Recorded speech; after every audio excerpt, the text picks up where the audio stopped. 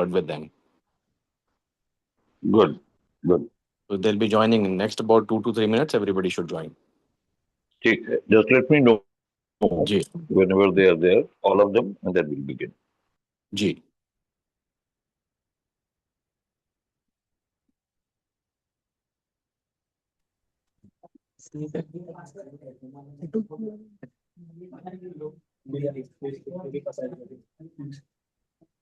इसे बैठो कॉन्फ्रेंस में उन्होंने कहा 6 people participating.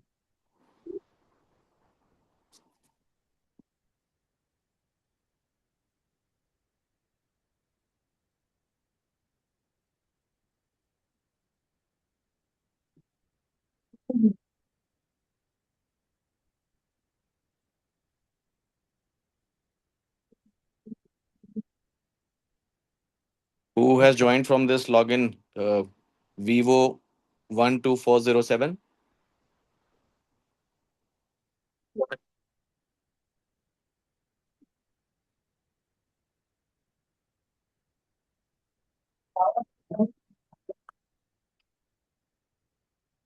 Amol, are you there?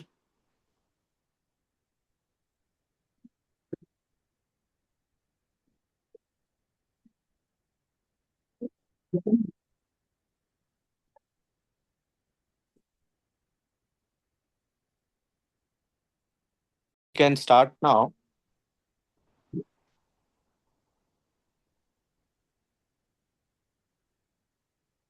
Okay, Praveen. So once again, welcome all our going to be specialists. And now I want to draw your attention on few of the things which impact the quality of construction. My suggestion will be that whatever I am talking about, please make a note of it and send back like your homework. Send it back to Mr. Praveen Tiwari, what all you have noted down and which are the areas that you have to start looking at and start giving attention to. Now, the first question that I have to ask you is that how long you have been there at the work site where you are working today?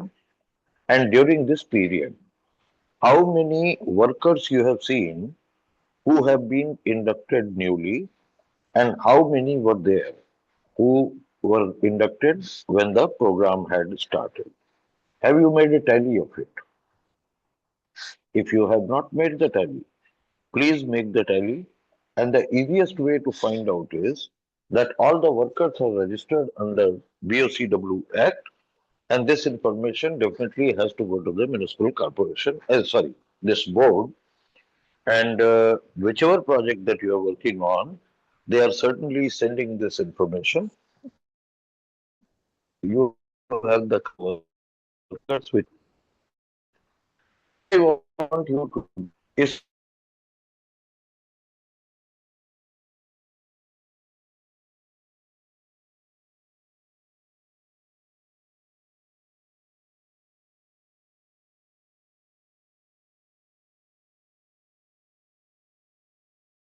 and then they will go back to their home for various reasons. That is what we call as attrition. I hope everybody has understood. Now you must be wondering as to what has this got to do with the quality of the works that are being done. Please understand that the workers are being mobilized by the labor suppliers or subcontractors as the case may be. Even the contractor who is working on your site, the execution agency, is also taking the support of these agencies, and that's how the workmen are brought to the site. Now, what happens is that this worker will be there at your site for about 2 months or maximum 3 months, and after that, he will go away. So, whatever little that you have taught or he has learned at site, that goes totally down the drain. And again, fresh, inexperienced workers come and they impact the quality of the works. So please note down, you will have to basically find out about the attrition. That is the first thing that you should do. I am explaining this to you because this has a direct bearing on the quality of things which you are supposed to be looking at. You can always ask me questions later, but for the time being, this is the first thing you need to do. The second very important issue is, are the workers who are coming to your site, they are fully qualified, or they are holding their skill certification with them? That is the next thing that you have to look at. Because the labor supplier is charging on the per head basis, and ultimately he would try to get a better wage for the worker who is claimed as skilled, but basically he may be unskilled or semi skilled at the most. That also affects the quality of your work. So, this is the second thing that you need to check. Let's go to the third thing. The laboratory technician, for all the testing of materials and other things, who is there at your site of work? Is he the person who is really qualified? Is he a person who understands? Does he know the kind of nuances of testing? Is he aware about how the tests have to be conducted, or simply he is just beating the lines? This is the next thing that you should check. Fourth, you also have to look at the quality of supervisors or foremen if they are there, and try to make sure whether these people are also knowing their job or not. Are they simply there to make the head count, or they are also in a position to guide the workers who may be semi-skilled or unskilled? You see, these are the factors which ultimately contribute to the quality assurance, whether the project is being done properly or not. Now, the last and probably the most sensitive one, that the contractor as well as your client, they should be having graduate engineers. They should be having diploma holder engineers. Are they really able to understand? Have they really had any practical hands-on experience? Or they have just come from the colleges without knowing that? I had spoken to you last time, and I hope that the recording of my lecture to you is there. And Praveen, please make sure that you make available a copy of that to all our friends here, and let them also question the same thing when it comes to the client or contractors, engineers. This is very, very important. You have to understand that unless otherwise you plug these things, you are not going to have an impeccable quality. And this is something which you have to be very, very careful about. So what we will do, I am just giving you this as a homework. Please work out, find out the details, and in this week, please submit your reports to Mr. Tiwari, and then we will examine that and see how far have you gone. Let me go to another very important issue. Every site is basically creating air pollution. It is also creating the kind of solid waste, which is called C&D waste. Just make an assessment as to how much C&D waste is being generated at your site. That is the first thing. Second, where exactly the C&D waste is going? Is it being disposed of in the designated areas, or it is just being offloaded and thrown in the dumps just like that? This is another thing that you should look for. Please understand that the quality of works is not only measured by the finished quality of work, but also the kind of quality of surroundings, which is extremely, extremely important. In fact, on 8th of this month, we are also organizing a very interesting event, and I would expect that those of you who can make it should come to Faridabad and learn about the kind of things that are going to be discussed and deliberated there, and especially Center for Air Quality Monitoring Systems, Government of India, they are going to be there. The Municipal Corporation of Faridabad is going to be here, and we'll be talking about two major issues. First is about the kind of debris that we create at site, and second, the application of construction chemicals. This is another thing that you have to know. You see, to enhance the performance and to have an improvement in the quality, ultimately it is the construction materials, special construction materials, chemicals that are being used, and that is another thing that you have to basically learn. So, if it is possible, please come. If not, then we will send you the recording and please go through the whole thing. And now, this is the homework that you will have to do that you prepare your notes and submit it to Mr. Praveen Tiwari. That will be examined and given the grades, etc., the marks, which will enable you to clear this examination. There are a number of other things I will tell you, but subsequently, once you have answered these things, the next thing that you have to prepare is the non-conformities which are happening at your site. Be honest about it and write down that where exactly the non-conformities are there and how are we going to be resolving that. That is something that we will be discussing. There are going to be other lectures also in the coming weeks, and Mr. Praveen will make sure that these lectures are given by very eminent people so that you can start learning. But please understand something very clearly. Simply participating and listening to the lectures is not going to be helping any one of us. You will have to prepare the note, you will have to do your homework and submit it so that we are convinced that you are in a position to understand several other factors. In the next meetings, I am also going to explain to you various weightages that you need to give to various factors, and from these weightages, we'll work out a matrix so that you can put it in a mathematical or calculable model, and that is where you will be in a position to say whether this particular structure is fulfilling the requirement, and therefore they are eligible for such and such grade. Because now, of course, for a layperson, we are not going to be explaining many things, but we are all specialists. So we have to simply give them some kind of grade. And we have already worked it out with CQRA. We have already worked out the scheme. Praveen, I would suggest that you please share that scheme with all our friends. They should also be aware. So please Definitely. speak to your consultants who are there at site. You also speak to the project owner and you speak to the contractor. And you tell them that they should basically be uh, planning to get the grade which is going to lighten our burden, and this is going to be helping us out to really make an assessment. Please note another point, and that is the equipment that has been mobilized at site. What is the condition of that equipment? Is it really performing well? Is it really delivering the kind of things that you have? Or they are basically malfunctioning and malperforming. For that, you will have to speak to the foreman or the chief mechanic at your site and find out the real working condition. Of course, you are there at site, so you also know about it. So, for the time being, these are the factors that you need to see, and you have to basically start working with that. Now, I'm opening this session for any questions and answers.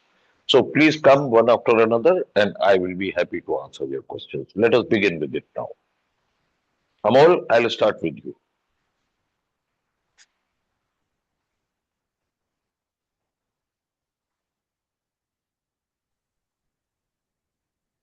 I need to have a question from you. Sir, Yes, uh, I'm the HR team, sir. I'm from HR team. yes. एक September है. So Go ahead. Go ahead. I don't have a questions right now, sir. Truly, Huh? I don't What? have a questions right now, sir. Why should you not have a question? You Amol should is be visiting basically the site. coordinating.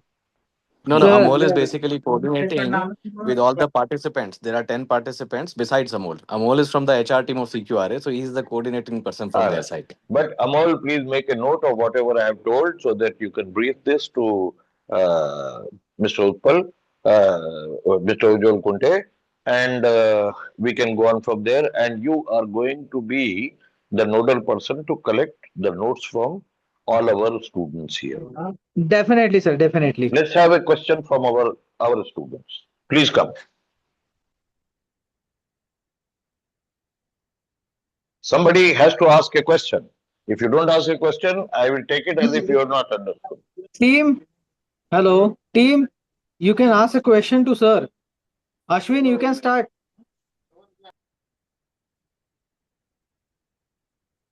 नहीं team अगर आपके पास कोई question है तो मैं पूछूंगा मैं my name is Girish sir I am also part of this meeting this conversation but I am just waiting for others to ask so that I can also ask some certain questions. Hello, sir. Good evening. Yes. Ashwini ji here. Good. Yes. Good evening. So which type of question I asked with you in this session? Just like initial term of quality section. नहीं Ashwin, you जो what is- whatever स्वरूप sir has mentioned in his remarks ना, so accordingly आपके पास अगर कुछ questions है तो then you can ask. आपके मन में कुछ doubts है, आपके मन में कुछ शंका है, तो you can get it clarified since स्वरूप sir is there in the meeting. Okay, sir. जो सर ने अभी बताया ना, जैसे BOCW रजिस्ट्रेशन का बताया उन्होंने, लेबर्स के अपस्किलिंग का बात बताया, ये जो चीजें, इसके बारे में अगर आपको कुछ शंका है, साइट के रिलेटेड कुछ रियल टाइम क्वेश्चंस है तो आप पूछ सकते हैं। जैसे एनसी के बारे में उन्होंने बताया, कुछ रियल टाइम क्वेश्चंस या साइट पे कुछ आपको जो भी, वो भी आप दे सकते हैं। It's not only asking question, you can also share your experiences, share your feedback, ऐसा भी कर सकते हैं। Okay, sir. Got it.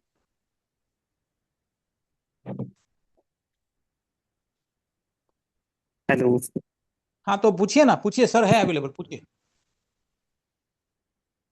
Sir, जैसे POCW एक्ट के तहत अगर लेबर मोबिलाइजेशन के टाइम में बहुत सारी इशू हाँ। होती है, उसको कंट्रोल कैसे हाँ। करें? जैसे कंस्ट्रक्शन साइट पे जो POCW की एक्ट है उसके अकॉर्डिंग हम लेबर लाते हैं, बट अभी की कंस्ट्रक्शन इंडस्ट्री में लेबर मोबिलाइज बहुत होती है, तो कभी कभी वो मोबिलाइजेशन के प्रोसेस में ना बहुत सारे प्रोसेस वायलेंस हो जाते हैं, तो इस पे कंट्रोल हम कैसे करें?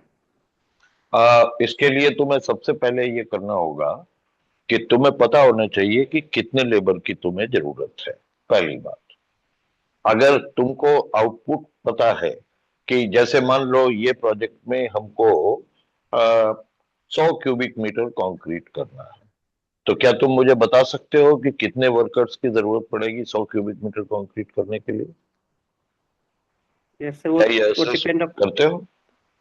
यस सर, कहते हैं ना एज पर साइट कंडीशन, और या किस टाइप की नहीं, कंडीशन मैं जो तुमसे पूछ रहा हूं कि अगर मान लो कि तुम प्रोजेक्ट मैनेजर हो, और अगर तुम प्रोजेक्ट मैनेजर हो और तुमको प्लान करना है कि 100 क्यूबिक मीटर कंक्रीट मुझे करना है, तो तुम अपने लेबर सप्लायर को बोलोगे और ये 100 क्यूबिक मीटर मुझे 1 महीने में कर, ठीक है?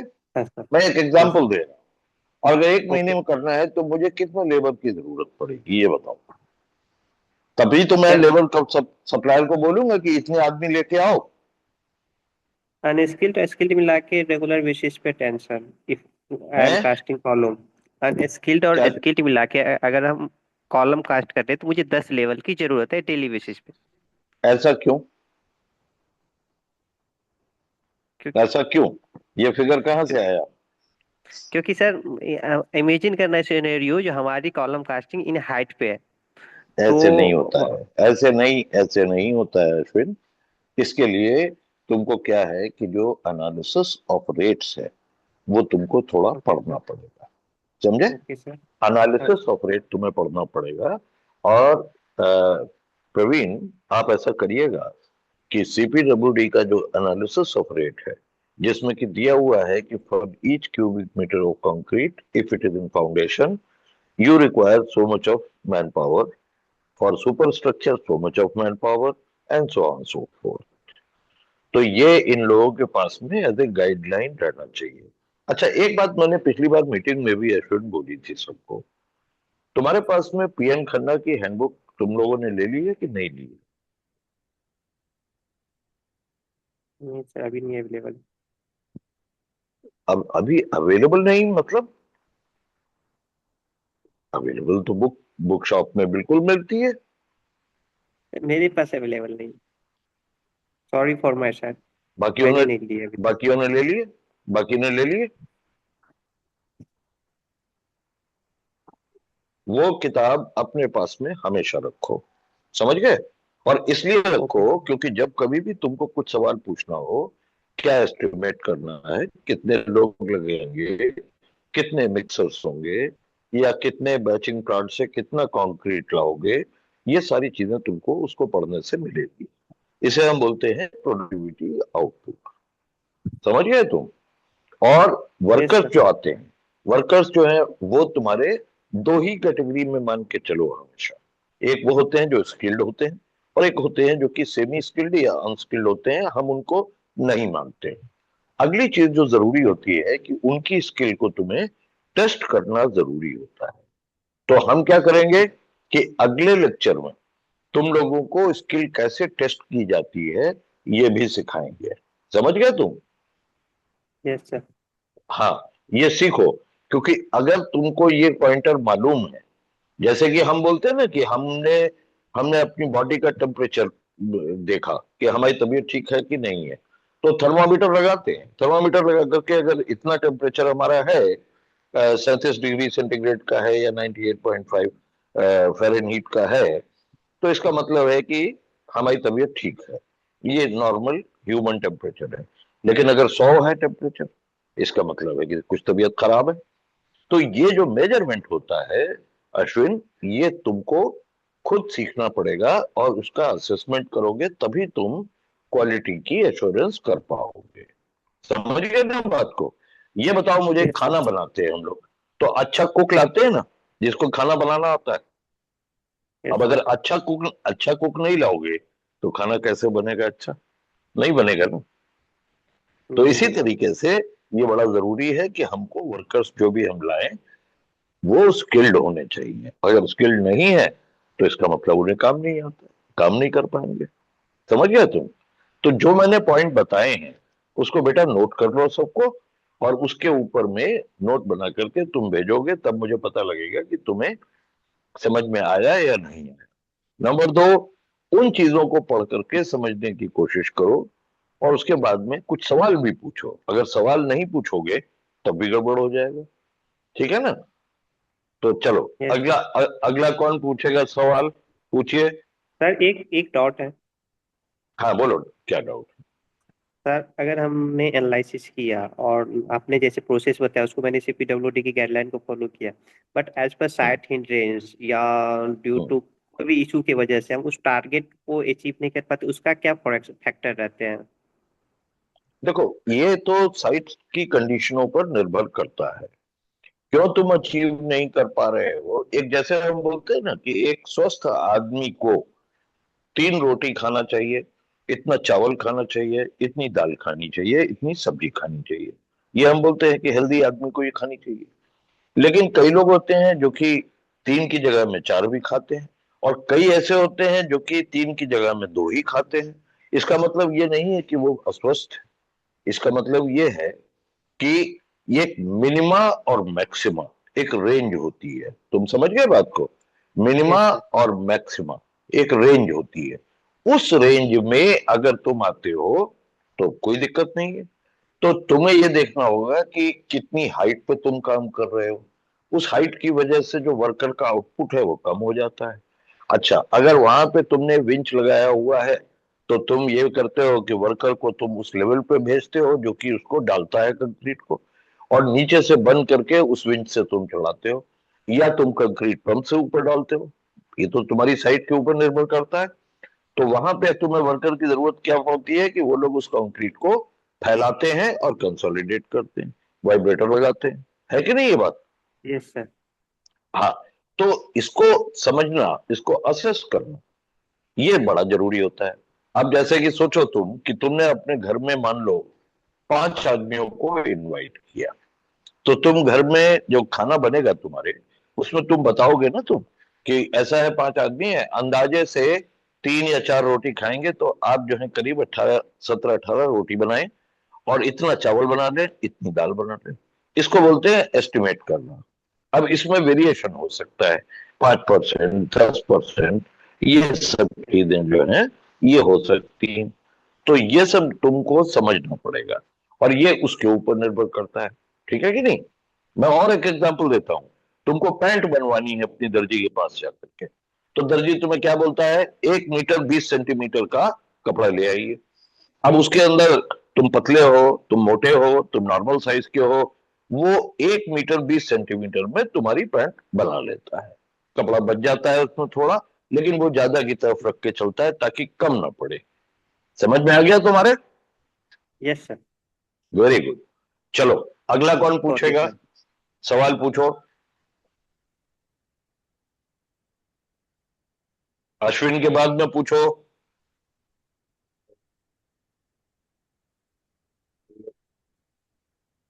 सोनू कुमार, बोलो सोनू कुमार। सोनू कुमार। जी सर, अभी सोच रहा हूँ सर क्या पूछना है। अच्छा, फिगर आउट तो कर रहा सोचना हूँ। तो पड़ेगा। सोचोगे नहीं तो मेरा काम एज ए टीचर क्या है, तुमको सोचने के लिए सर बताऊं सोच मैं, रहा हूँ सर। हैं? सर सोचो। लेकिन सब लोगों की तरफ से मैं एक सवाल पूछना चाहूंगा। मेरा नाम गिरीश है सर। हाँ, पूछो गिरीश। Okay okay. नहीं, first of all thank you very much sir, we are very giving us the enlightening session, क्योंकि हम ये सब लोगों को बहुत सारे ये जो चीज़ें आप बता रहे हैं थोड़ा सा नए नए भी है, क्योंकि जनरली सर सीक्यूआरए का कंटेक्स्ट कैसा है कि we are appointed by clients, तो हमारा कॉन्ट्रैक्टर्स के साथ डायरेक्ट लिंक है नहीं। तो जो आपने कहा कि जैसे बीओसीडब्ल्यू रजिस्ट्रेशन, उनके लेबर्स का, स्किल्स का सब रिकॉर्ड्स, ये सब ज़्यादा सीक्यूआरए के साथ शेयर किया नहीं जाता है as a part of contract strategy. And कोई प्लस बात नहीं। हमारे since we are accredited agency, हमारी किसी अलग अलग ये है, अलग अलग डिप्लॉयमेंट्स है। जैसे क्वालिटी के लिए है तो क्वालिटी देखते हैं, जो सेफ्टी के लिए है वो ये सब बीओसीडब्ल्यू रजिस्ट्रेशन और ये सब ज़्यादा उसमें कंप्लायंसेस रिक्वायरमेंट्स वो सब देखते हैं। तो मेरा एज अ क्वालिटी पर्सन्स का लीडर होने के हिसाब से एक सवाल ये था कि मेजॉरिटी ऑफ द साइट्स पे टू टाइप्स ऑफ कॉन्ट्रैक्टर है। एक तो प्रिंसिपल कॉन्ट्रैक्टर जो generally labour plus material contract होता है, तो वो ये सब बीओसीडब्ल्यू रजिस्ट्रेशन और ये सब फॉलो करता है। This is what I presume, we need to verify that. But generally जो लेबर कॉन्ट्रैक्टर्स है, जहाँ पे जिनके शायद 10 लेबर भी एक साथ नहीं इकट्ठा हो रहे एक साइट पे, तो क्या उनके लिए भी ये सब बीओसीडब्ल्यू रजिस्ट्रेशन और ये स्किल्स जो आपने बताए थे ये सब करना मैंडेटरी है एज पर गवर्नमेंट, या कैसे होता है साइट पे? अब तुम जो सवाल पूछ रहे हो उसमें मैं तुमको एक सलाह दे रहा हूँ। सबसे पहले तुम जाओ और वेब पे बीओसीडब्ल्यू एक्ट है, उसको हाँ जरूर पढ़ो। जैसे ही हाँ तुम पढ़ोगे तुमको क्लैरिफाई हो जाएगा। वर्कर कोई भी साइट पे हो उसको हाँ बीओसीडब्ल्यू में रजिस्टर करना पड़ता है, चाहे वो सब कॉन्ट्रैक्टर का हो, चाहे वो प्रिंसिपल कॉन्ट्रैक्टर का हो, चाहे वो क्लाइंट का हो। पहला सवाल ये।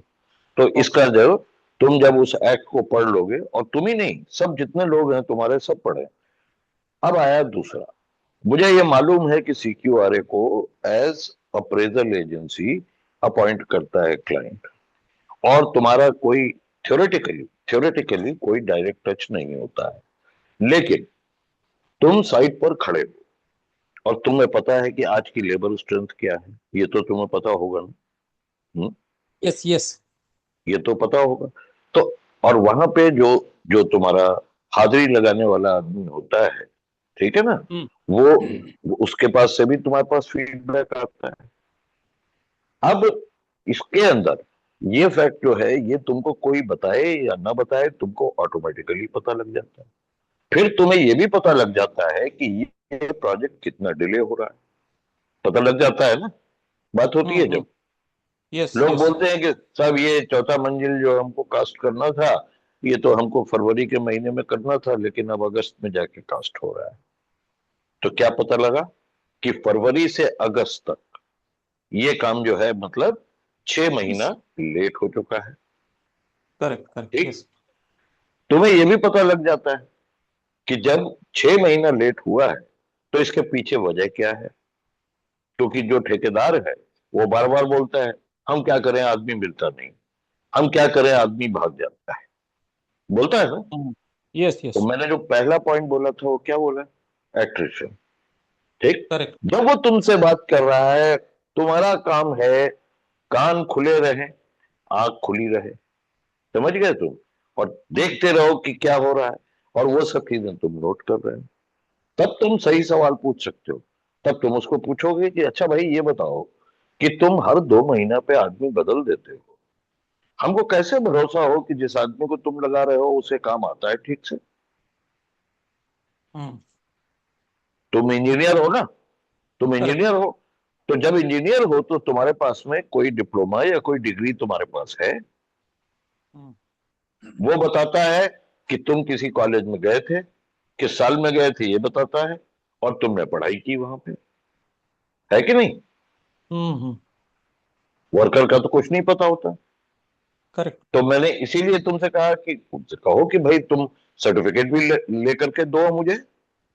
बाद में काम अगर खराब होगा फर्ज करो तुम्हारी जिम्मेदारी है क्वालिटी देखने की, और अगर क्वालिटी ठीक नहीं हो तो ब्लेम किस पे जाएगा? Correct correct, we also have got a तुम्हारे shared responsibility. You have a shared responsibility and you can not share the shared responsibility. तो ये कह देना कि साहब वो हमें नहीं देगा, तुमको तो दिखाई दे रहा है ना। मान लो कि कंक्रीट किया उसने और उसमें तुम्हें बहुत सा हनीकॉम्ब दिख रहा है, इसका क्या मतलब है? इसका करेक्ट, मतलब है कि वो मिक्स का डिजाइन ठीक नहीं हुआ या उसकी वर्केबिलिटी ठीक नहीं थी, यही मतलब होता है ना। यस, या कॉम्पैक्शन ठीक तरह से किया नहीं गया उसका। या कंपैक्शन ठीक नहीं हुआ, तब तुम उसको ये सवाल पूछोगे कि क्या तुमको वाकई में वाइब्रेटर तुमने ठीक से चलाया था यहाँ कि नहीं चलाया था, बोलोगे ना। यस, तो ये ऑब्जर्वेशन तो तुमको नोट करना ही पड़ेगा गिरीश, और ये यस, इसमें अपने आप को भी सिखाना पड़ेगा। और यस, ये एक और बात तुम्हें मैं बताता हूं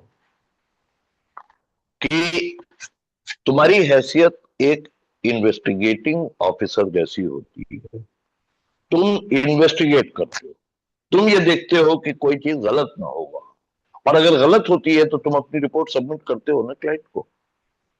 यस, यस, उस रिपोर्ट में अगर तुम ये नोट करके दोगे तो तुम्हारा कंट्रैक्टर तुम्हें बताएगा, और वो बात तुम जो मैं तुम्हें समझा रहा हूं वो अगर क्लाइंट को बोलोगे तब क्लाइंट ये कहेगा कि भाई हमने ये अच्छे लोग लगाए हैं। हमारा एम क्या है, तुम लोगों को पढ़ाने का एम क्या है? यही तो एम है ना कि CQRA की सर्विसेज और क्लाइंट भी लें। यस, समझ रहे हो ना? तो ये है। यस।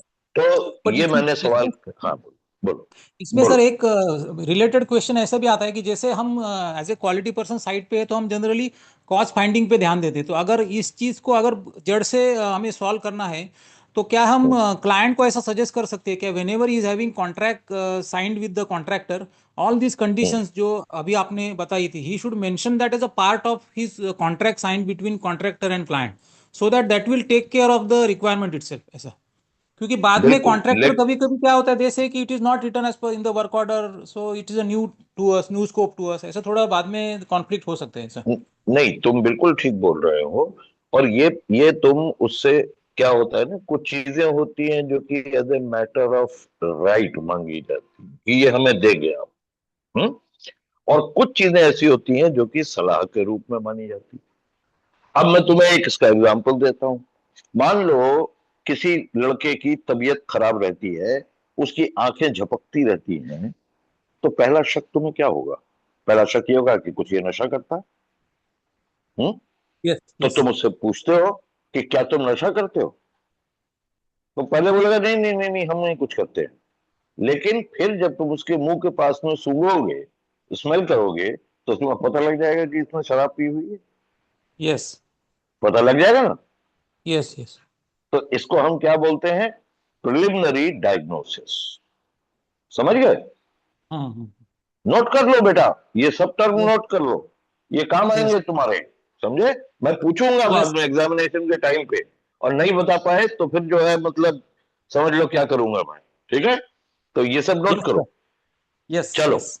आगे पूछो, और कोई क्वेश्चन पूछो, और किसी का कोई क्वेश्चन है?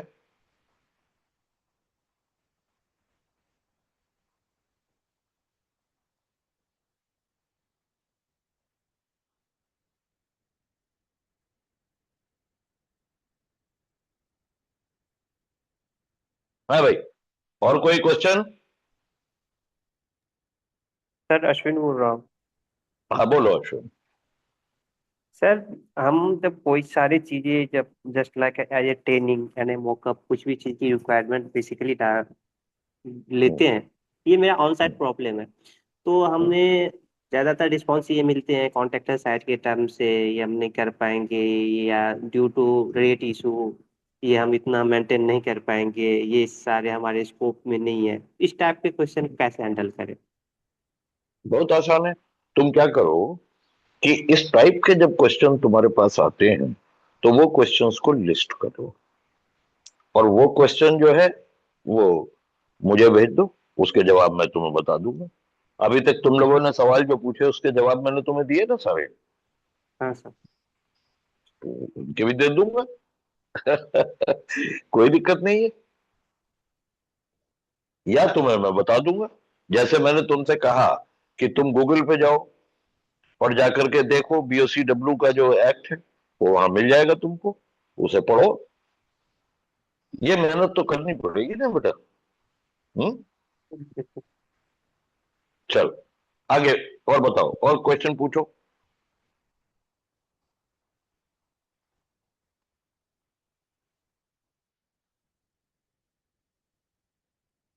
हाँ भाई, पूछो और question.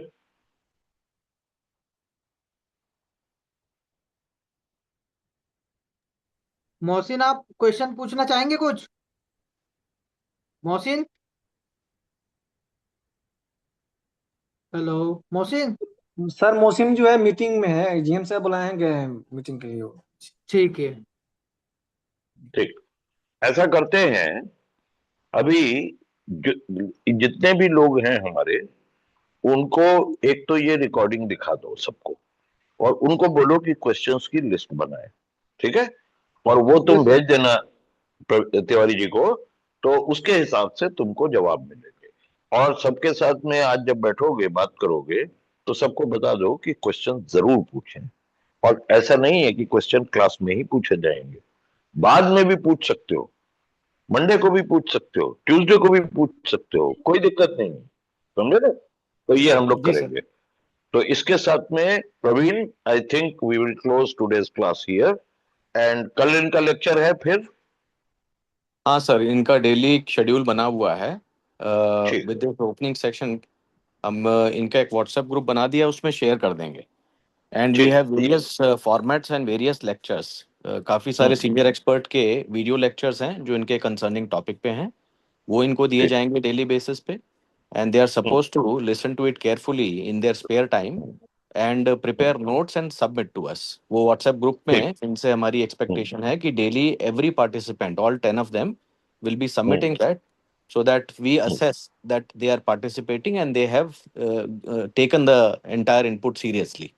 So that's going to be one information which we expect from their side. दूसरा, whatever questions they have on each topic, they will be hmm, sending these questions also, so that the relevant expert can answer the questions. So right. this will बिल्कुल। help us assess also and engage also. हम्म, तो बिल्कुल। Format वही रहेगा, इसमें इनके daily के सारे lectures, सारे प्लान, इसमें से बहुत सारे ऐसे हैं जो इनके लाइव लेक्चर्स होंगे। अदर देन दैट, इनका जो जिस साइट पे हैं, तो 2 साइटों पे हम्म, हमारे एक्सपर्ट्स जाएंगे to see what is the improvement made after this input जो इनको दिया जा रहा है। और ये लोग जो करेक्ट। है क्वालिटी के असेसमेंट्स कैसे कर रहे हैं, if there is a scope for improvement in that particular parameter as well, वो हम लोग देख राइट, लेंगे। राइट। 2 इनके स्पेसिफिक टेस्ट इस शेड्यूल में कंडक्ट किए गए हैं। एक तो ठीक। 15 दिन के बाद है और एक फिर फाइनल असेसमेंट में है। इसके अलावा ठीक। Every Sunday we have already hmm, invited them कि हमारे विश्वकर्मा प्रथम में एटलीस्ट हम्म, 1 या 2 संडे ये लोग आ जाएं, so that at least for continuously 5 to 6 hours we are able to hmm, show them the demonstrative models and the bring in the other experts in the physical format as well. ये total इनका हम्म। Curriculum बना करके हम इनके group में अभी share कर देंगे। First class. तो ये इनको कर दो, और उसमें कोई दिक्कत नहीं है। और ये है कि इनकी साइटों पर जाने के लिए जी एक तो ये जो आज की रिकॉर्डिंग है, ये इनको मिस्टर कुंटे को भेज दो, ठीक है? ठीक है। वो भी ठीक है। देख लें, तो उनको रिक्वेस्ट कर लेना। मैं ये चाह रहा था कि वो भी शामिल होते, आज तो अच्छा था, हम्म। लेकिन कोई बात नहीं, तुम उन्हें भेज दो, देख लें, ठीक है? श्योर। नंबर 2, उनको ये भी एक नोट भेज दो कि it will be appropriate if we are periodically visiting the sites where our learners are there. तो जैसे टोटल कितनी साइट्स हैं जहां पर कि ये लोग हैं? हेलो, दिल्ली में कम से कम सर हमारे 15 से 16 साइट से सर। तो अगर 15 से 16 साइट हैं, तो ये जितने लोग हमारे पढ़ रहे हैं, ये कितनी साइटों पर हैं? ये लोग तो एक ही एक साइट पे होंगे ना, या नहीं अलग नहीं, दो दो? एक ही साइट पे नहीं, अलग अलग साइट्स के है सब ये सर। अच्छा, अलग अलग साइट पे, ठीक है। तो कोई कोई बात नहीं, हम ऐसा करेंगे कि एक शेड्यूल बना लेना, समझे गिरीश? शेड्यूल बना लो, और हम ये पूरे प्रोग्राम में जो साइटें हैं उनको कोशिश करेंगे कि सब में विजिट देखने ओके, जाके कि क्या कर रहे हैं, ठीक है ना? वो ठीक है ठीक है। शेड्यूल मैं शेड्यूल बना के आपको सर एड्रेसेस और लोकेशंस आपको मेल कर दूं क्या, कैसे करना है? हाँ, आप व्हाट्सएप ग्रुप में गिरीश जी हाँ, शेयर कर दीजिए। उस पे हम Okay. लोग कोऑर्डिनेट कर लेंगे शेड्यूल के हिसाब से, एंड ठीक देन है। You will have to work out बस if we have to visit there, so you will have to seek permission and input from that site also, so that we Okay. can go there and look at these things. But sir हमारा एक मतलब इसमें थोड़ा सा concern ऐसा है कि whenever we tell them that CIDC persons में विजिट, तो हाँ sometimes client comes under pressure कि अरे देन थोड़ा कैसे करना है, should we keep it confidential and we will show you as a secure ना रिप्रेजेंटेटिव कि कैसे ना करना है? ना ना ना जो तुम्हारे साइट के इंचार्ज हैं वहाँ, है ना, हाँ। उनसे बात कर लो, उनसे बोलो कि हम कोई आपका अच्छे के लिए हम बात करना चाहेंगे, उनके फायदे हाँ के लिए, कोई हाँ हम नुकसान नहीं करेंगे उनका, ठीक है ना, ताकि हाँ हाँ जिससे कि उनके काम में सुविधा और हो जाए, है कि नहीं। हमारा काम कोई उनके ऊपर पुलिस की जैसे जाकर के इन्वेस्टिगेट नहीं करना होता है, ठीक नहीं है। नहीं, दैट वी अंडरस्टैंड, पर थोड़ा क्लाइंट के मन में फियर फैक्टर होता है ना सर, ऐसा है थोड़ा सा। नहीं नहीं कोई बात नहीं, उनसे बात करा दो। जो क्लाइंट, देखो छिपा के कोई काम मत करो, कभी भी मत ओके करो। ये ओके कोई, वो अगर किसी क्लाइंट को डर है इस बात का, तो फिर तो मुझे एक बात का बहुत बड़ा डर है, इसका मतलब है जरूर कुछ ना कुछ गड़बड़ हो रही है वो। भाई Precisely. अगर अगर तुम्हारे घर में सब चीज ठीक से चल रही है, तो तुमको क्या शर्म है दिखाने में लोगों को? Correct correct, yes yes. नहीं, ठीक है CIDC ये ना। नाम से थोड़ा सा डर लगता है ना लोगों को। हम्म। देखो डरने की जरूरत होती है तब। It's like they consider you as a governmental नहीं ऑफिशियल्स नहीं, ऑर्गेनाइजेशन, ऐसा हो जाता है। वो गलत नहीं समझते हैं, वो सही समझते हैं, लेकिन हाँ। गवर्नमेंट में भी ऐसे लोग होते हैं जो नुकसान कर देते हैं, और गवर्नमेंट में ऐसे लोग भी होते हैं जो फायदा भी करते हैं, ठीक है ना। करेक्ट। तो अब जैसे हम लोग विश्वकर्मा अवार्ड करते हैं, उनको ये भी हाँ बोलो, जो क्लाइंट है हाँ ना, उसको हाँ ये हाँ समझाओ कि देखिए विश्वकर्मा अवार्ड आ रहा है, अगर हाँ। CIDC के लोग यहाँ आएंगे तो हाँ हमारा आपका काम तो अच्छा हो ही रहा है, तो हो सकता है कि आपको भी अवार्ड मिले। Okay okay. तो सर मेरा एक रिक्वेस्ट था सर आपकी तरफ से, हमें कुछ ऐसा कंसेप्चुअल नोट या कुछ 2-3 लाइन का एक लाइनर मिलेगा क्या आपकी तरफ से कि CIDC will be visiting and ऐसा थोड़ा सा, सो दैट वी कैन देखो forward it in case if they want नहीं इट। नहीं नहीं नहीं नहीं, don't you worry, you just say we want to keep this whole thing informal, this is not formal, okay। Okay okay, ठीक है अभी ठीक है। अभी जैसे देखो, तुमको जैसे हम पढ़ा रहे हैं, कैसे पढ़ा रहे हैं, इनफॉर्मली तो पढ़ा रहे हैं ना। हाँ हाँ हाँ। तुमको कोई ये तो ओके। नहीं बोला कि ये किताब दे दिया, तुम चैप्टर नंबर 1 से लेके 3 तक पढ़ लो, ऐसे तो नहीं हाँ बोला ना मैंने। हाँ हाँ। मैं ओके तुमको वो फैक्टर बता रहा हूँ बिकॉज तुम लोग प्रैक्टिसिंग इंजीनियर्स हो, और ओके। प्रैक्टिसिंग इंजीनियर होने के नाते तुमको पता होना चाहिए कि कौन कौन सा चीज हम लोग करें। एक बात ओके। बताओ, तुम साइकिल चलाना जानते हो कि नहीं जानते हो? हाँ जानते हैं ना सर। जानते हो, वेरी गुड। तो साइकिल चलाना किससे सीखा था, किताब पढ़ के सीखा था क्या? नहीं नहीं नहीं, तभी तो किताब में ऐसा था ही नहीं, साइकिल कैसे चलाया जाता है। आज आज आज भी है क्या? आज भी नहीं है सर। कभी नहीं होगा।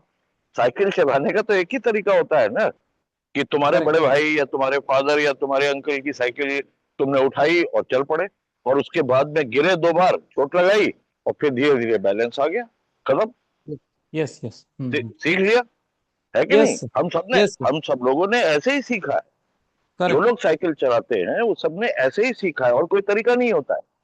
यस और यस। गलत तरीके से करोगे तो जो तुम्हारे बड़े भाई हैं या अंकल हैं या फादर हैं जो भी है, वो तुमको पीछे से जो उसका वो होता है ना कैरियर, कैरियर को पकड़े रहेंगे, और तुम थोड़ा थोड़ा अपना बैलेंस बनाते रहोगे, और जैसे ही बैलेंस आ गया, साइकिल हो गया।